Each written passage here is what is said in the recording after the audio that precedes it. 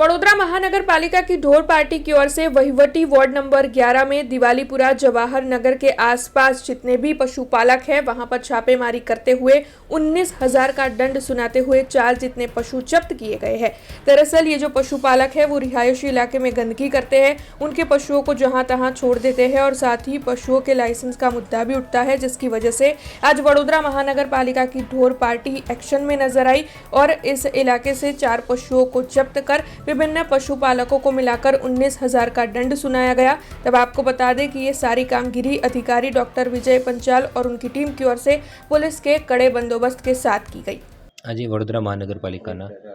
वहीवटी ward number 13 विस्तारमां आवेल जवाहरनगर वृंदावनगर साथे स्वामीनारायण मंदिर पासे आवेल